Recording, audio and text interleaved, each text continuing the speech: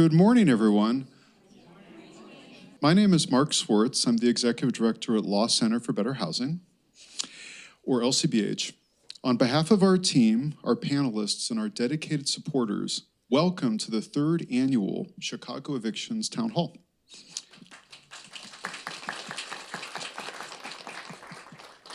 Today, we are joined by more than 350 attendees in person and via Zoom, including many city, county, and state officials. I'd like to extend a special thank you to Chicago's first Chief Homelessness Officer, Cindy Soto, for being here, as well as Illinois' first Chief Homelessness Officer, Christine Haley, who is joining us this morning as a panelist.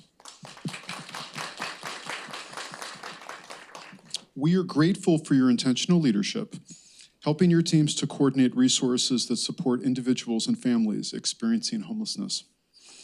I'd also like to commend Governor Pritzker and Mayor Johnson for prioritizing this issue with your appointments. This morning, our moderator and panelists will discuss the vital importance of eviction diversion tools, like legal aid and emergency rental assistance, in preventing homelessness, an increasingly pressing issue with 3 times as many Chicagoans experiencing homelessness last year than the year before.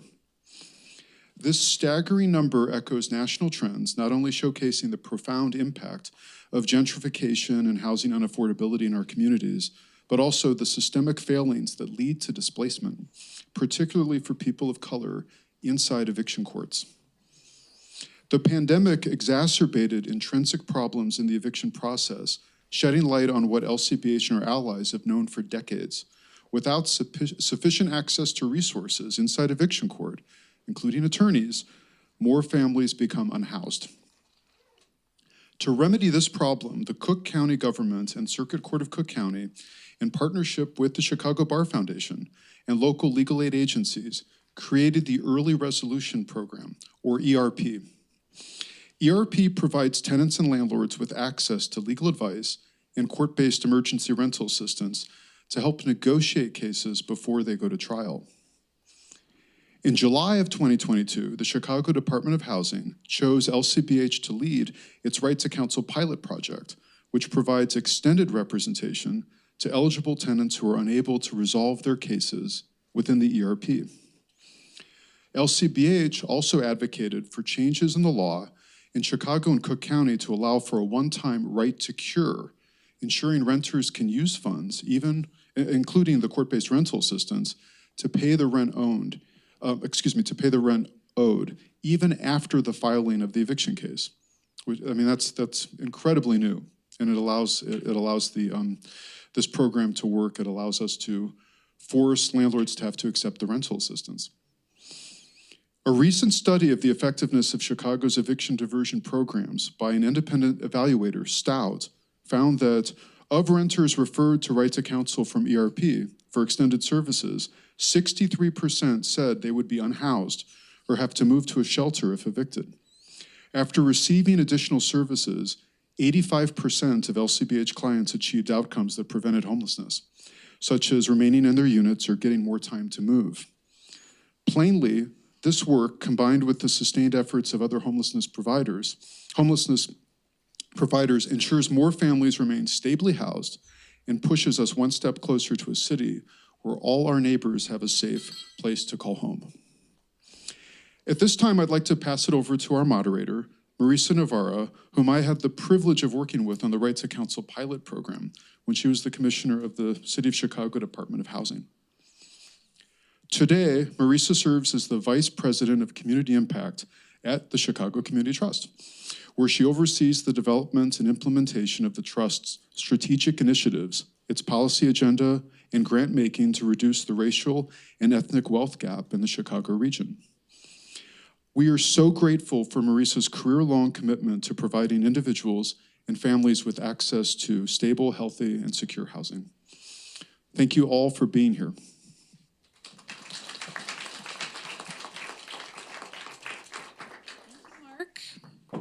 And welcome all to the Chicago Community Trust. We're delighted to host this event, and I'm really honored to moderate today's panel and discuss some of the critical tools at our disposal to prevent eviction and keep people housed.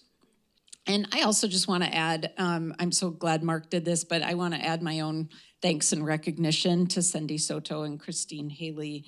Thank you for your service at the city and the state, respectively. It's hard to be the first at anything. It's hard to be a government leader, and I imagine it's especially hard right now. So thank you for your service, both of you.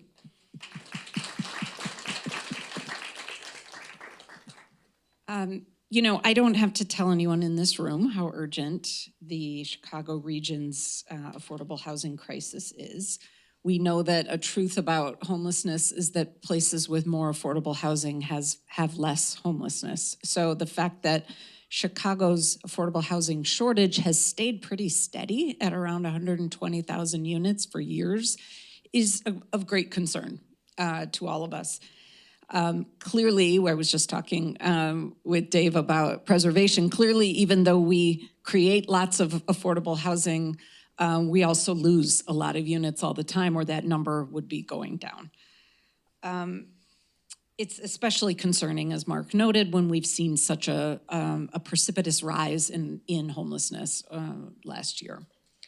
So we know that preventing evictions has a big impact on homelessness, and we know that intervention works. So Mark mentioned one thing that, you know, when I was at the Department of Housing, we were thrilled when we had the opportunity to pilot the Right to Counsel program starting in 2022. Prior to the pandemic, so when I came into the role at the Department of Housing in 2019, the stats were roughly this. About 80% of landlords had lawyers in eviction court, while only about 11% of renters did. That's pretty stark, a pretty stark mismatch. And now all tenants in Chicago and Cook County have access to legal services through the early resolution program. And a subset whose cases aren't resolved in the early resolution program receive extended representation through the Right to Counsel pilot, which has represented over 2,800 households since July of 2022. And as those pilot funds wind down, I know there will be a push to find a permanent funding source. So to dig into this whole topic further, we have a great panel here who have decades of combined experience in housing and eviction work. They each bring a unique and thoughtful point of view, and I am excited to dig in with all of them. So to get started, I would like each panelist to briefly share your name, your organization, and your connection to today's topic. Let's start with you, Christine. Hi, I'm Christine Haley. I serve as Illinois' Chief Homelessness Officer within the Illinois Office to Prevent and End Homelessness. We are the state's planning and policy body around homelessness and also direct the funding of the Home Illinois program, which is Governor Pritzker's signature investment in addressing and ending homelessness. Hello, everybody. I'm Ivan Arenas. I'm a Senior Associate Director at the UIC's Institute for Research on Race and Public Policy. And for the last 2 years, we've been working with Christine and OPA to research racial inequities in homelessness. And last year, we published a report, Structural Drivers of Inequality, around Black homelessness, and we're working on a report on Latinx homelessness at the moment. Hello, everyone. My name is Jasmine Love, and I am actually a client of LCBH program. I'm Michelle Gilbert. I'm the Legal and Policy Director at LCBH, although in my heart what I am is a legal aid attorney who just wants to be in court every day helping tenants and preventing people from being evicted. And so I'm very excited to be in this room with policymakers, other legal aid attorneys, other advocates, and talking about how Right to Counsel is preventing eviction. Thank you all. All right, I want to start with you, Christine. So Mark mentioned in his remarks that we saw that a tripling of homelessness in Chicago from 2023 to 24. Can you give us paint a picture for us of homelessness in Illinois and any thoughts you can offer on why that uptick? So in cities and towns across Illinois and across the United States, we have seen significant increases in homelessness since the pandemic. So for those of you here in the audience who are homeowners, you most likely have seen the increase to your properties.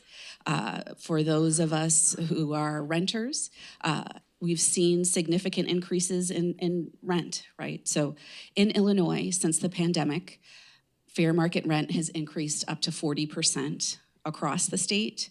And in areas like the Chicago region, we've seen those increases of 40% in fair market rent. So that is what we understand as the primary driver of why we see increases in homelessness. We divide ourselves in Illinois in our local planning and policy bodies called continuums of care. There are 19 continuums of care in Illinois, and of those, 16 of the 19 COCs had increases from 2023 to 2024. Of those, there were 6 that had over 40% increases in homelessness. Here in Chicago, the increase primarily was driven by new arrivals that entered into, that were included in our homelessness counts. So that was one of the primary drivers, but it does not explain the whole story, right? Especially because across Illinois, we saw increases. I think that we understand that there was also large increases in the state for unsheltered homelessness, right? So we saw, I hear regularly from municipalities that there are more encampments, and we can see that also in the data. So I want to talk, Yvonne, about narratives around homelessness, which often center around things like, poor decision making or mental illness and things of that sort that really don't always paint the full picture. Can you tell us a bit about the results of your research on homelessness in Chicago? Yeah, definitely much of the public conversation around homelessness focuses on individual responsibility and personal choice. And I think the data and analysis in our structural drivers and inequality report, it really demonstrates that we cannot understand homelessness without taking seriously the ways that racism, and particularly structural racism, have shaped patterns of housing insecurity. So we spend a considerable amount of time in the report discussing the significant role played by our nation's history of racist policies and laws, along with social discrimination, for why Black residents in Illinois are almost 8 times more likely to be homeless than their white counterparts. And in its kind of most simplest terms, racist policies like redlining and practices such as paying non-white workers less for the same amount of work have dramatically benefited white people at the expense of leaving Black people with a lack of resources. And those racial differences in resources really matter in 2 significant ways, which we outline in the report. First, those differences make it more likely for Black individuals and families to become unhoused. So to put it plainly, those hard times are more difficult to weather when you don't have access to resources to see you through. And second, those differences in access to resources also make it more difficult for Black individuals and families to regain their stability once they become unhoused. And I want to kind of underline that those differences in resources are stark. The recent data for Chicago shows that median total assets for Black households are around $20,000, while for white households it's $325,000. And in terms of cash on hand for an unexpected expense, like for an emergency, maybe you lose a job or you have a car repair, the median liquid assets of Black households are just $1,000, while for white families, they have around $27,000. And in fact, only a bit over half of all Black families in Chicago have any liquid assets at all. So I think the effects of this aren't just about individuals or single-family households, but are also about the networks of family and friends that you can reach out to for support when times are tough. So Black families in Illinois and across the nation simply have much less of a financial safety net to weather life's challenges, and that makes it more likely they'll experience housing insecurity and homelessness, and that they'll be unable to regain stability once unhoused. And that leads to the kind of racial disparities we see. Thanks for walking us through that, those painful statistics and the reality. Michelle, I think a simple story is often afoot with eviction as well, right? Can you just help us similarly unpack what's the more complicated narrative around eviction besides just not paying your rent? So the majority of evictions are filed for, on the face of the complaint, for non-payment of rent, but it is a lot more complicated than that. First, though, I want to say that there are many evictions that aren't for non-payment, that would not have had counsel if it weren't for right to counsel. We have a case right now where my colleague Ryan is handling where there was a divorce and the husband has filed an eviction against the wife, notwithstanding a marital settlement agreement. We had a case where a family member filed a false deed to try to evict her aunt, and the deed was signed after the grantor passed away. So those are definitely, based on my 30 years experience doing those cases would not have gotten an attorney without right to counsel. Those people would have been evicted. A judge would have turned and looked at them and said, when can you move? The other important thing, and this is really borne out by the stout evaluation of right to counsel, was that 43% of the tenants that we interviewed experienced conditions problems, and they even note that that issue is low. We think it's well higher than that, but some of the interviewing was taking place during the pandemic. People don't know what sort of rights they have, or landlords file evictions against people who are withholding rent. Also, in our evaluation, most of the tenants either were still working or were recently connected to the workforce. Yet 62% of the tenants reported a family income below $25,000. 90% of our clients live at or below 50% of the area median income. So it's not about budgeting or personal responsibility, it's about not being able to afford housing.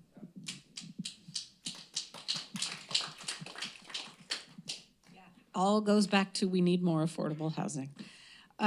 Jasmine, I want to turn to you. Like Michelle said, there's often a myriad of factors that contribute to an eviction case.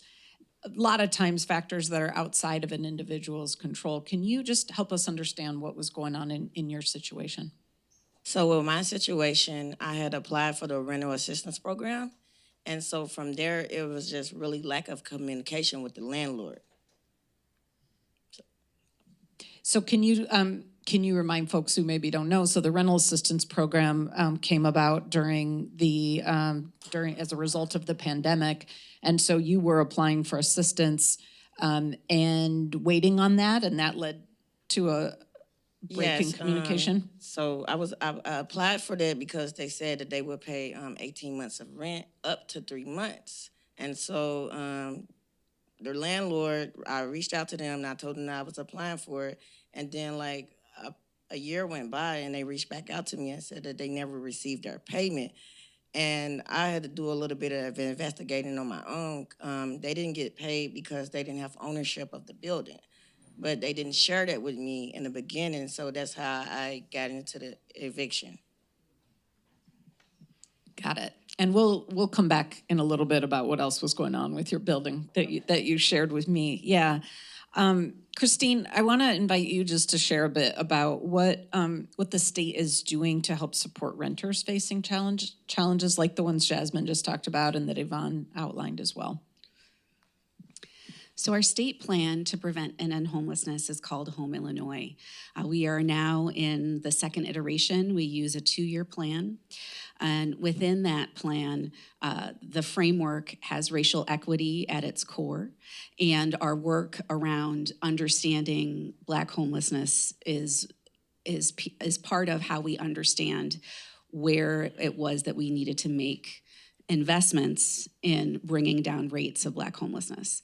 So in Illinois, if you look at states that have over 1 million Black residents, Illinois has the second highest disparity between rates of white homelessness and rates of Black homelessness. In Illinois and Mississippi are similar in their rates of white homelessness. And so part of this work was looking at the report to understand where we could make investments, and evictions was one of the areas where we felt like we could make an impact if we were able to prevent more evictions.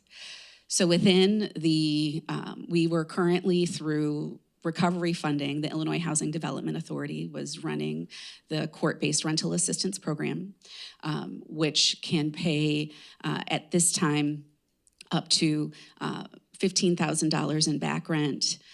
It includes, up to $500 in legal assistance. And the Illinois Housing Development Authority said, hey, we can continue this program, although most programs in the country ended once the recovery funding ended. But we decided that that could be an investment. And it was an example for us of how we could center the experiences of Black Illinoisans and what Black Illinoisans needed while also serving the entire community, right? So anyone can apply in Illinois who is for court-based rental assistance, but it was important for us to understand that impact. And I'll just say, I just want to give quick stats. I needed to write it down because I knew I wasn't going to remember. So in the third quarter, IDA received 6,801 applications. In that, they provided $28,693 for. No, that's $28 million was requested, and they provided and paid $27,607,000, and that the total, that was just for one quarter. So the total amount that the state has invested.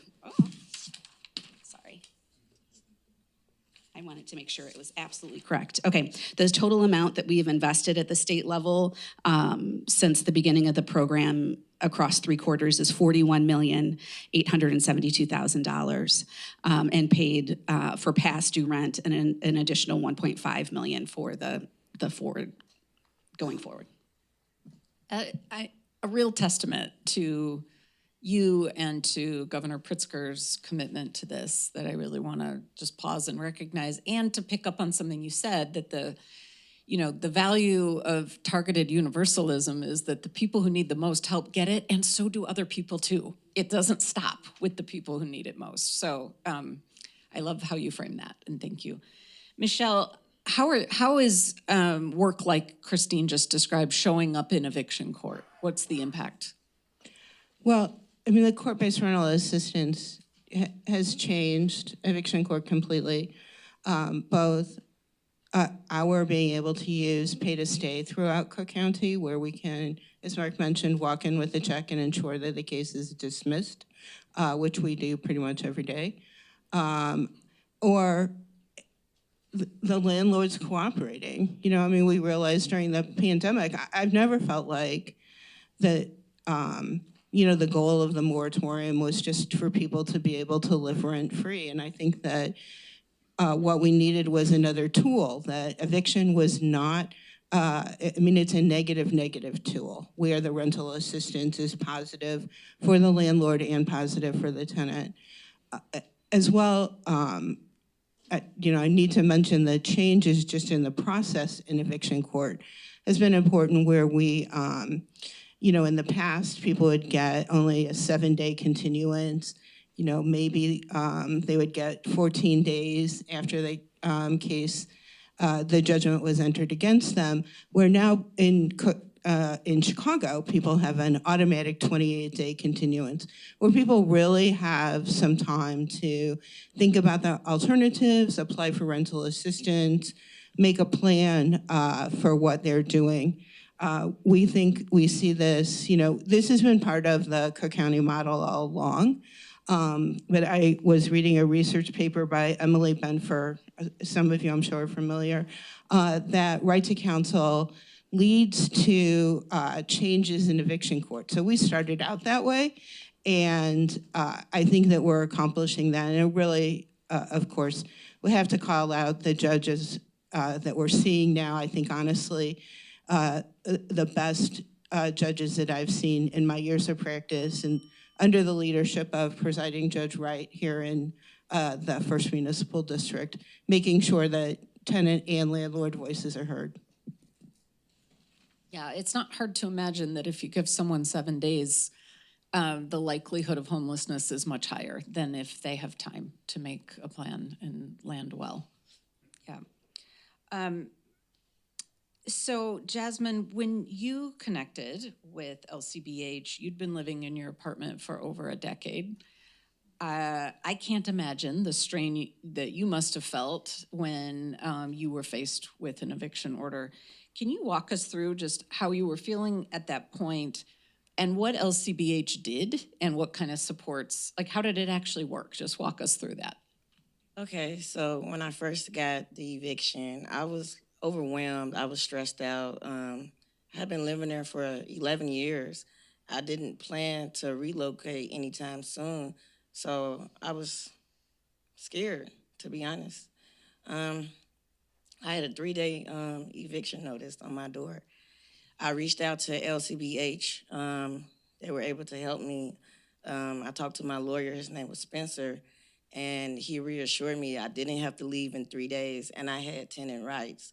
That helped out the situation a little bit for me because I still had to go to work. And that kept me focused at work too, so I was able to still go to work and still prepare for my anticipated move-out date. I was able to speak to my lawyer, and by me living there for 11 years, the building had went through foreclosure 3 times. So I was really ready to move. And so he gave me an anticipated move date. And so what I did, I started going to court in April. And so I had April, May, June, July, August, September. And so what I did was, because I didn't have to pay them rent anymore because I knew I was going to move. So I saved my rent up, and I had enough money for another apartment and for a security deposit, and I paid my rent up to 4 months by doing that. And I was able to beat my case too from the services that LCBH gave me. I love this. So, a couple things just to pull out of this.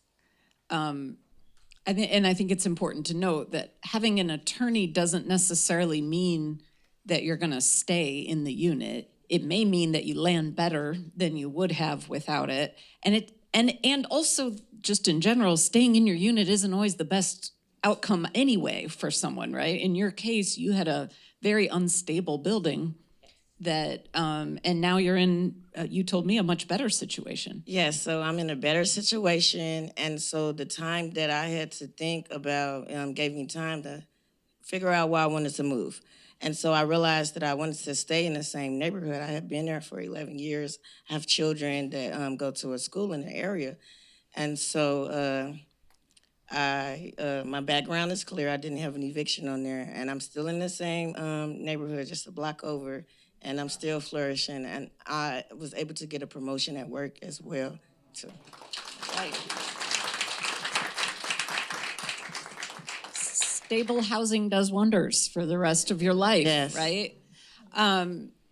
That's another thing you pointed out that I just want to reinforce is that part of working with Spencer on this meant that now going forward, going into your next unit, you did not then have an eviction on your record, and that is a tremendous benefit for your next step, right? I had one question on what you said. You said you got the notice and then you reached out to LCBH. How did you even know to do that? So how I knew about it, because where I was living at, another tenant had went through the same situation from applying for the rental assistance. And so she gave me some advice, and she said she had got help from LCBH as well.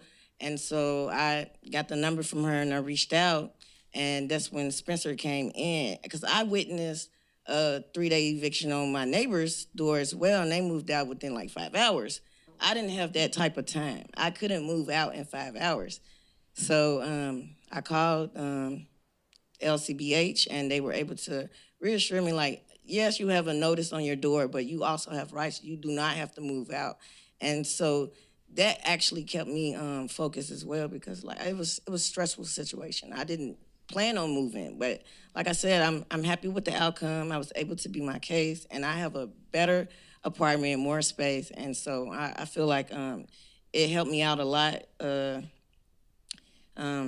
don't know. It was just a really great resources that I was able to receive. So I wanted to share the resources since I was able to be my case with the other tenants in the building and then with other individuals as well. Yeah. So Michelle, please tell your colleague Spencer how much love he's getting in this. Well, I knew that Jasmine's court file had been sealed because Spencer will not close a case until he has that eviction record sealed. Love it. So, yeah, I mean, we've just outlined, right, all the ways that Jasmine's situation could have been different without this. In your experience, Michelle, how does an eviction filing impact a renter's ability to secure their next place and the place after that? Right, and this is why it's so clear to me that eviction leads to homelessness, because the research is, legion, and there's a recent report that I just read from this National Center on State Courts that collects some of the research about how an eviction filing affects the ability of someone to find future housing, even if they weren't actually evicted, or even if there wasn't a judgment against them, even if they win their case. Just the fact of a filing will cause someone to not be able to get housing. And I was joking about Spencer, but I can report, like Christina, I had to type up the numbers so I didn't forget them, that 75% of the files that we have in Right to Counsel result in the eviction record being sealed. The other thing is, again, we've talked about it, so I won't talk about it much more, but the time to move. And I appreciate Jasmine's story because it's not just all about keeping the person in the same housing, because especially when there are conditions problems, unstable buildings, people want to move. So again, back before all of these changes in eviction court, people would get 2 weeks to move usually. But with ERP and Right to Counsel, 68% of the tenants have more than 30 days to move. And that's days counted from the entry of that order. So really enough time, I would say to people, think about how your home, how fast can you move? And 30 days is still short, but it is time for people to move to another place and not just end up staying with a friend. Yvonne, I want to bring you into this and just try to ask about any other economic harms from eviction that you see in your research. Sure, and let me just add real quick as well, something important that we found in our research is that affordable housing is clearly, an important thing, and finding affordable housing is incredibly important, but I think Jasmine's story also highlights that it's also about the quality of affordable housing, right? Sometimes affordable housing is affordable precisely because the conditions are not right for people to be, living there. As far as economic harm, I want to start by noting that whether folks were housed or not, the people that were participants in our focus groups around structural drivers of homelessness noted that finding full-time employment that paid a living wage was a challenge. And that's kind of a start of it. And so even when folks were housed and employed, their jobs didn't provide them with sufficient income to afford housing rates and other necessities, allowing them to save for those times of crisis. And an eviction is a crisis, and one that often leads people to seek housing in shelters or to double up with friends or family. And given the racially segregated nature of our neighborhoods, this puts additional stress on families that already have to navigate considerable distances between their residence and their workplace or the schools that their children might attend. Another thing is that although it's illegal, we see employment discrimination on the basis not only of race, but also on homelessness status. And that's an additional factor that people face after an eviction. In our focus groups with Black folks who had experienced homelessness, many described occasions where they were in a job interview that was going well until their homelessness status became known. And for some that were employed and became homeless, they told us that employers took advantage of them by either not paying them what they were promised or not paying them at all. And people felt that employers were specifically stealing wages from them or treating them differently because of their unhoused status, and that they did so because of their vulnerability, and they knew that participants didn't have the funding or legal recourse to fight against instances of workplace discrimination. And I would say that, beyond those economic harms, that compounded stress of managing and contending with housing instability that comes with an eviction, along with racial discrimination and employment challenges, that really takes a toll on physical health and emotional well-being, making it much more difficult to navigate the overlapping crises that an eviction brings about. Yeah, I'm struck by what you're saying, that when we talk about why the goal is to not spend more than a third of your income on your housing, it's part because if you're getting into 50, 60% of your income for housing, it doesn't take much of something else going on in your life to you not being able to pay your rent. And it's just a precarious situation to put people in. And that's why our lack of affordable housing is so tied to this statistic. Yeah. So we kind of covered this, Christine, but I'm wondering if there's any more about Home Illinois that we haven't talked about yet, that is working to address some of the issues that we've talked about. Is there anything we didn't cover that you want to make sure to talk about? Sure. So the pillars of the Home Illinois plan are four. So the first is building more affordable and permanent supportive housing. The second is bolstering our safety net. So a lot of our prevention activities occur within that pillar. The third is around how to increase financial stability. And one of our key initiatives there is a cash transfer program that we are working on in partnership with the Inclusive Economy Lab for families who are in shelter or who are doubled up for a one-time cash transfer. And then the fourth is closing the mortality gap. So I think within the prevention space, first we wanted to be led by data, right? So in partnership with IRPP, we understand the impacts to Black households. We are also working with the Inclusive Economy Lab on understanding what eviction data we might have access to statewide. I think in Chicago, there's a lot of data and data analysis that can be done that we just don't have the same access to statewide. So we are working on trying to understand that work. I think that there are a number of prevention programs before someone reaches eviction court. So the first is our homeless prevention program, where people can reach out here in Chicago to the Chicago Cook Homeless Prevention Call Center. So we fund homeless prevention activities. So again, before someone reaches eviction court primarily, and that can pay for arrears and for rent moving forward. We invest in a housing stability fund for our Peacekeepers program, right? So for youth that are impacted by gun violence, we support housing stability activities, and then also fund an access to counsel project. And I think that within prevention, about a third of the Home Illinois budget is prevention related. And I think that the final piece, I think, is we also, when we look at prevention, we also, I think, need to look at closing the mortality gap, because our intent around preventing people from becoming homeless and investing in eviction prevention is that once people experience homelessness, their health may deteriorate significantly. The average age of death of a person experiencing homelessness in Illinois is 56. People experience, and over a 5-year period, we saw that folks there were 15,000 suicide attempts that were logged and identified from the Illinois Department of Public Health over a 5-year period, right? So I think that it's our goal to understand how we can really invest in prevention so that we can prevent some of the harms that happen and the traumas that happen when a person becomes homeless. Thank you. One last question, and then I just want to remind folks to turn, if there are questions from the audience, to turn those in, because that's what we're heading to next. For Michelle and Christine, eviction defense and emergency rental assistance often work hand in hand inside eviction court to help keep renters housed. Can we talk for a little bit about cooperation between city, county, state, et cetera, and how is this working? How does it support the work you're doing? Coordination.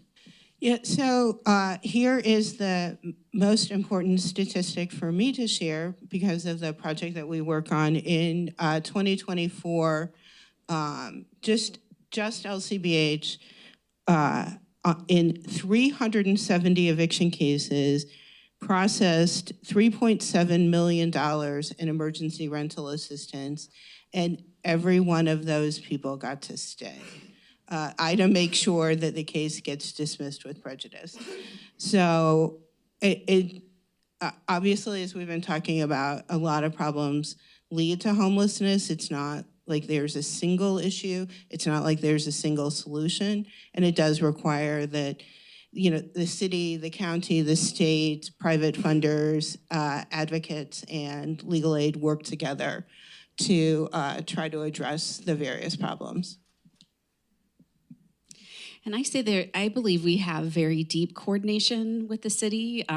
Cindy and I and Andrea, we have a weekly call on Friday afternoons to ensure that we are coordinating across the city and the state.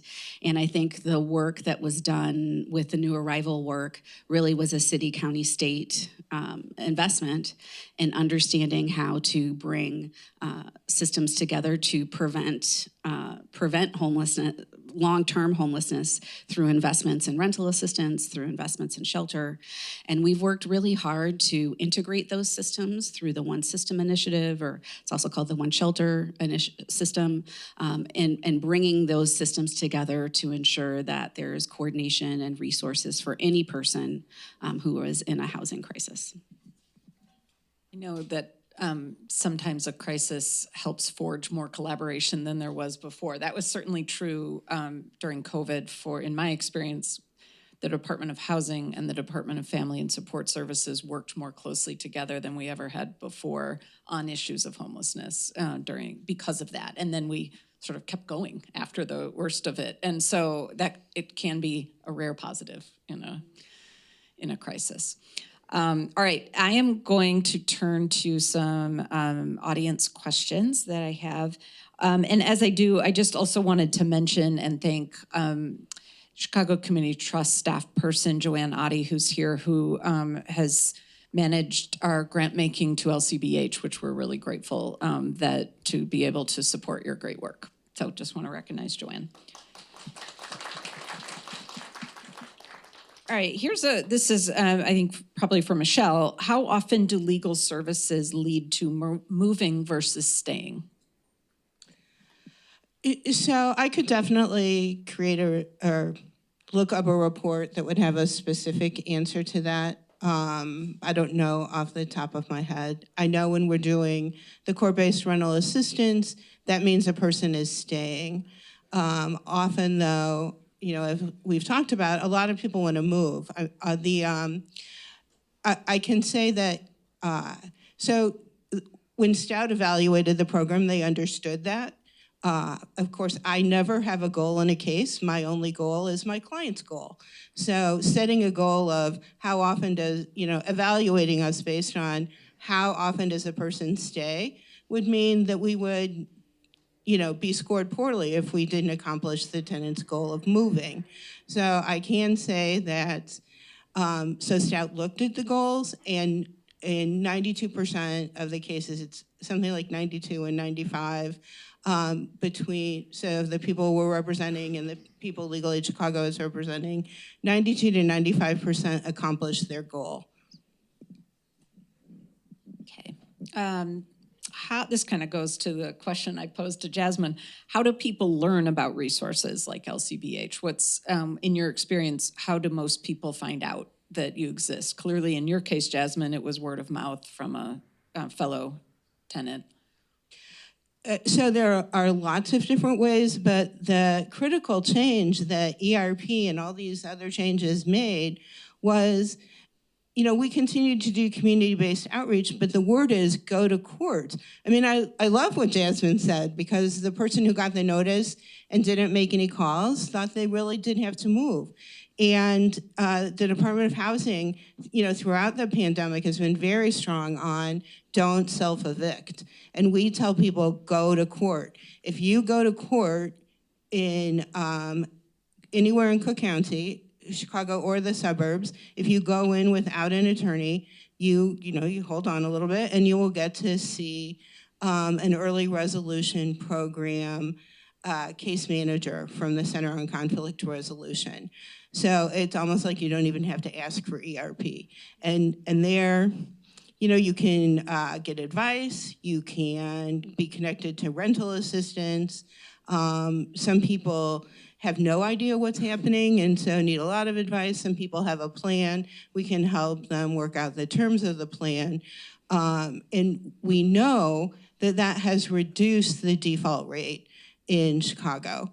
Maybe the plan isn't to stay, but we definitely can help get more time and get the eviction record sealed. So I really want to encourage people to, if you know someone who is at risk of eviction, tell them to go to court, help them get on Zoom, and they'll get assigned to the ERP. I think when we talked about this last year, I wasn't familiar with this term as I am now. When you say don't self-evict, it's sort of like a more current phrase of like, don't obey in advance, right? So yes, this is a suggestion. Doesn't mean you have to follow it. You can go to court and fight it. And yeah. Right. There is not, in case anyone was confused, there's not even such a thing as a 3-day notice. I kept wanting to say that. It's just BS. And that's why I'm glad that Jasmine called, and sorry for the other person who felt that they had to move so quickly. Thank you. I was confused. Okay, I think this is a Christine question because I'm going to amend it a little. It says, what movements or advocacy is there around rent control or stabilization in Chicago? My amendment would be, there's actually a state level ban on rent control, so maybe it's at the state level, or anything you want to speak to there? So I think this did come up quite as a concrete discussion within the Black Homelessness Report and understanding what role rent control could play. I think that although it was not a recommendation within the report, what we did work on is that through the Illinois Housing Development Authority, through the Affordable Housing Task Force, there is a work group that is starting next week, I believe, to really work on recommendations, or what are the policy recommendations that can be made to address housing policy and preventing and ending homelessness. So I anticipate that will be a topic of conversation there. Why is there so little public data about the number of evictions in Chicago? Although, Christine, you seem to say we have a lot more data in Chicago than we do the rest of the state. And how can we make this data more available? I mean, my answer to that question is because we devalue people who are evicted. When a judge turns to someone in eviction court and just says, okay, how much time do when can you move?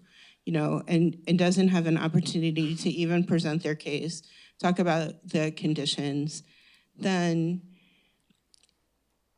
it's because,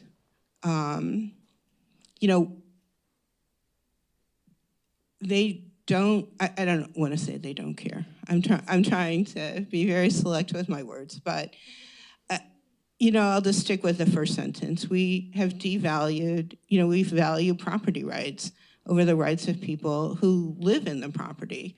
And I think, we wouldn't be here, right, without Matthew Desmond saying, hey, we have to care about people who are being evicted, and writing a book and winning prizes for doing that. Some of us were in the field for a long time, just doing it case by case, but that really drove a movement to, we need to think about people who are being evicted. And of course, some of that happened in the pandemic as well. Property over people. I'll say, so the U.S. Interagency Council on Homelessness, which is currently all the staff are on leave, but they convened us as state agencies nationally, and then they also convened us locally as states of the Midwest. And in that, we really have had a number of conversations with Wisconsin, because in Wisconsin, they have more of an open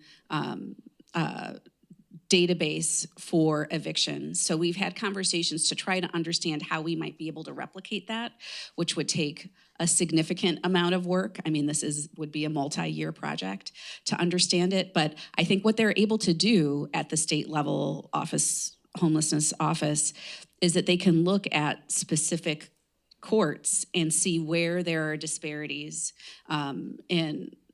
where there are racial disparities, where there are disparities in enforcement, where people are evicted at much faster, where rates are disproportionate statewide.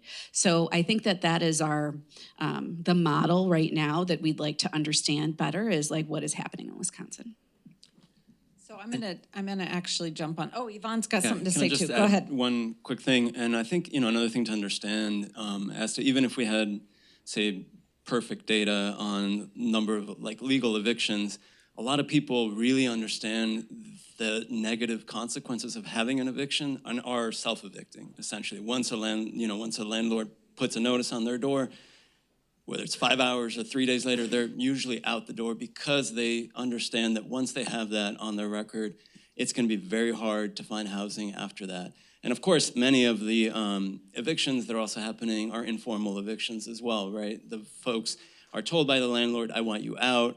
The person doesn't understand whether or not they really have rights, doesn't see another opportunity, and they leave. And so we don't also have a lot of good data around the number of folks that are being pushed out by a landlord, whether formally or informally. And that data is really hard because people are scared, right? They understand that there are important consequences to their capacity to stay housed if they go through that process.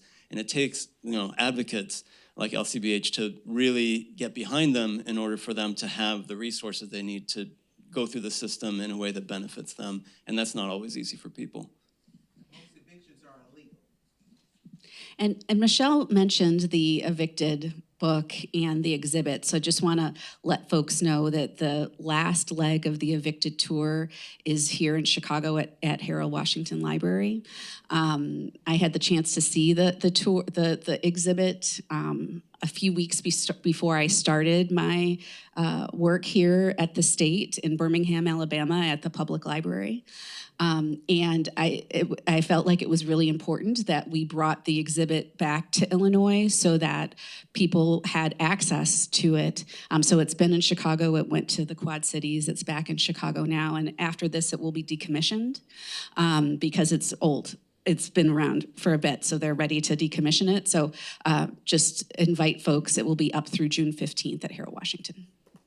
Very good to know. And I want to, I guess, stress something that you said, Yvonne, because I do think it runs counter to exactly what Michelle said, which is it can be counterintuitive to say I'm going to go to court as a good thing if I think actually the good thing for me is to not have this on my record and just go quietly without an official judgment, right? And it's the knowledge of knowing actually there is help for you there that lots of folks don't have, right? And that's where you demonstrated that so well, Jasmine, just that if you don't know there's help there, you're much more likely to stay away from going. And so the importance of folks knowing what you offer through LCBH is a really important one. Is there any, I know we asked this question, but I want to draw out a little more. Is there any public education campaign that you all do in any way around the don't self-evict, we're there if you go to court, that kind of information?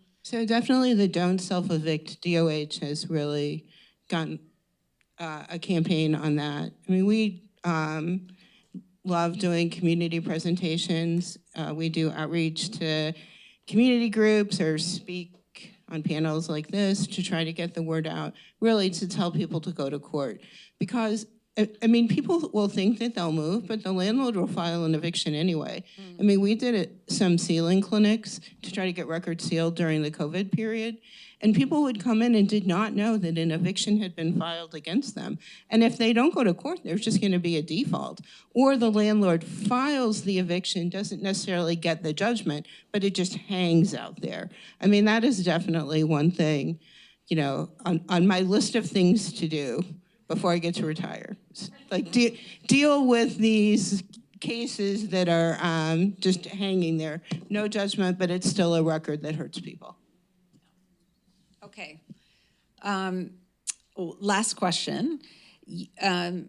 You both, Michelle and Christine, have talked about kind of the public attention around this issue, maybe more in the last few years since this book and other things have brought it higher on the attention. So, in your minds, what do we do with that level of interest and attention? What are we doing? What should we be doing? Maybe that we're not yet with that, and that's for anybody. So, of course, I'm going to say that we need to continue and expand right to counsel.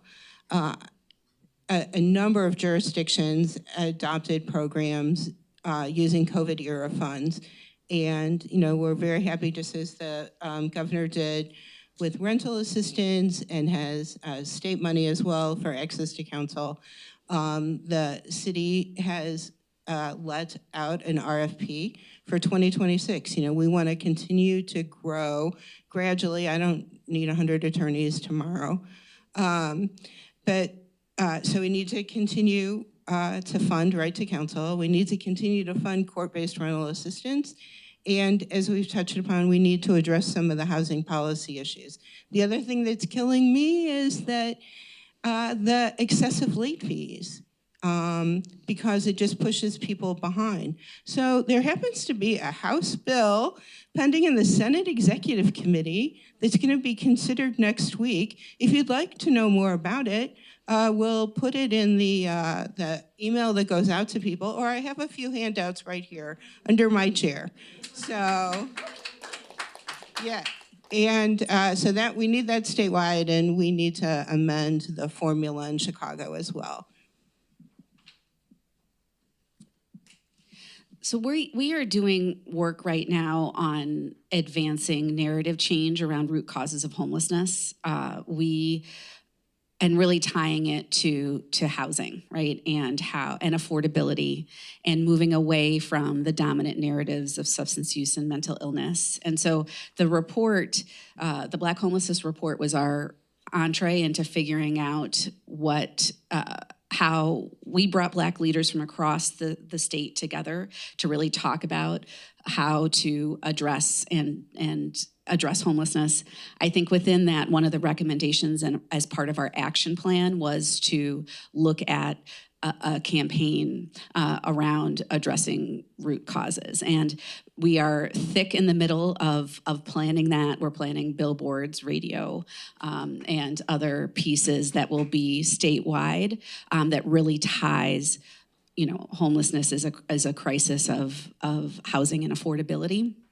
And, in that public health sense of we need to change the way in which people think about it. Because as long as people experiencing homelessness or those who are at risk of eviction are otherized or are not understand that we are all part of this housing market, all of us are, and that we all need to be part of the solution and talking to your neighbors, talking to your friends and family about why it's important for us to ensure that all people have a safe place to call home. People need to remember Jesus was homeless. Are you better than him? Thank you so much, Christine, Yvonne, Jasmine, and Michelle. Please join me in thanking all of them.